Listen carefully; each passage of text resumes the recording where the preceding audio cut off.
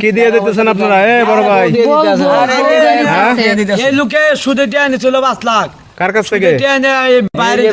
আমার কাছ থেকে। মানে 5 লাখ টাকা নিয়েছিল সুদে? সুদে টিয়া এনে বিয়া করছে, বিয়া করে এখন টিয়া দিতে পারে না, বউ দিয়ে দিতেছে। হাই হাই রে সুবহানাল্লাহ, এটা কোনো কথা? হ্যাঁ মানে সুদে টাকা নিয়ে বিয়ে করছে এই ভাই? হ্যাঁ হ্যাঁ আর সুদ আসল দিতে পারতেছে না? না না আর বউ দিয়ে দিতেছে? হ্যাঁ হ্যাঁ, হ্যাঁ জি বউ ভাই। দিবে না কি করবে? আপনার কাছ থেকে টাকা নিয়েছিল? আমার কাছে 5 লাখ টাকা দিয়েছে 5 বছর আগে, এখন আচ্ছা। হচ্ছে এটা 8 লাখ টাকা। তা আমি কালকে দেওয়া হইলে ভাই কি হ্যাঁ। বুঝলাম না, টাকা ঢোকা দেন না, দেখলে এদিক ওদিক দিয়ে যান গা। ভাই কইতে দিমু, থাকলে তো দিয়ে দিতাম আপনারা, তেমন কি এরকম কোনো কথা ভাই? নেওয়ার সময় এই কথা বলছেন।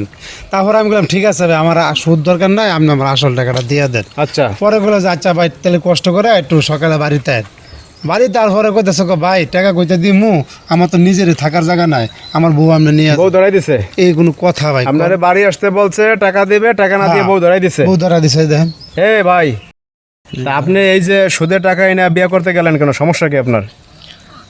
ভাই তখন তো আমি বুঝতে পারি নাই, তখন তো বুঝছি যে না আমি বিয়ে শাদী করবো, কামারি করে টাকা দিতে পারবো, তো বিয়ে যখন করবো একটু আমদুম করে করি।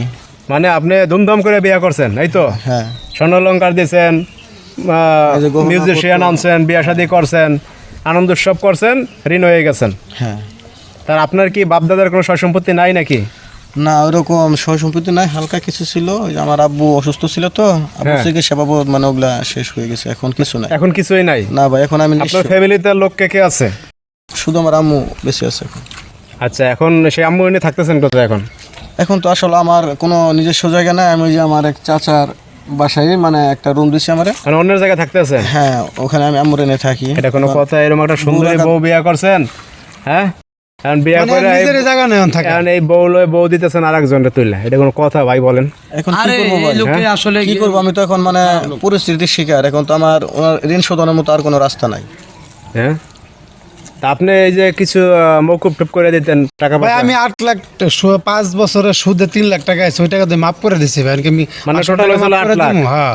8 লাখের জায়গায় আপনি বলছেন 5 লাখ দিলে হবে, আমার আসল দিলে আসলটা হবে? দিতে বলছে, আমি ঘড়িকে মাফ করে আসলে দিতে পারতেছেন না? ওই না বেটা চালান ভাই, দিব না। আমার দোষটা কোন জায়গায় বলে? চালানটা তো দিব ভাই, এবারে তো হ্যাঁ, চালানো দিতে পারতেছে না? এইবারে অন্ধজি কয় যে আমি বউ নিতাম না, আমার টিয়া লাগবে, তখন কিছু করার আছে? মানে কি একটা অবস্থা! বুঝলেন নাই?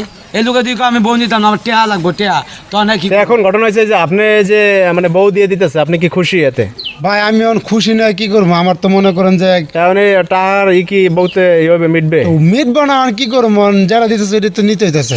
আপু, এই যে আপনার যে যখন বিয়ে শাদী করছে তখন কি আপনি বোঝেন না যে মানে বেশি একটা ধনী না বা এই ফ্যামিলির লোক? কিছু বুঝায় নাই বা আমাদের বলেও নাই সে এরকম। আপনারা মনে করছেন জমিদার, যে অনুষ্ঠান আদি শুরু করছে তো মনে করছেন এরকমই জমিদার ঘরের ভাবছি। ছেলে না? হ্যাঁ তো এখন তো আসলে দেখতেন সংসার চলতে কষ্ট হয়, জি কারণ আপনার যে বিয়া দিয়ে দিয়ে দিতেছে, অন্যের হাতে তুলে দিতেছে এই যে স্বামী, জি। আপনি কি যাবেন স্বেচ্ছায়? হ্যাঁ, যাওয়া ছাড়া উপায় নাই, যেহেতু সে ওরকম এখন তার কোনো চলার মতো ক্ষমতা নাই, তো আমাকে যেহেতু দিয়ে দিছে তাই এটা তো আমার মানে ভবিষ্যৎ অন্ধকার হ্যাঁ দেখতেছেন? হ্যাঁ সেটাই আমাকে তা এর ঘরে গেলেই মনে হয় আপনি ভালো হয়ে আছে। হ্যাঁ সেটাই। দর্শক দেখেন, মানে কি একটা আজব ঘটনা ঘটে গেছে। সুদের টাকা এনে বিয়ে করছে, এখন সুদের টাকা না দিতে পারা এই পাওনাদারে বউ তুলে দিতে আছে। আপনাদের কিছু বলার থাকলে অবশ্যই আপনারা ভিডিওতে কমেন্টস করবেন। সবাই ভালো থাকবেন, আল্লাহ হাফেজ সবাইকে।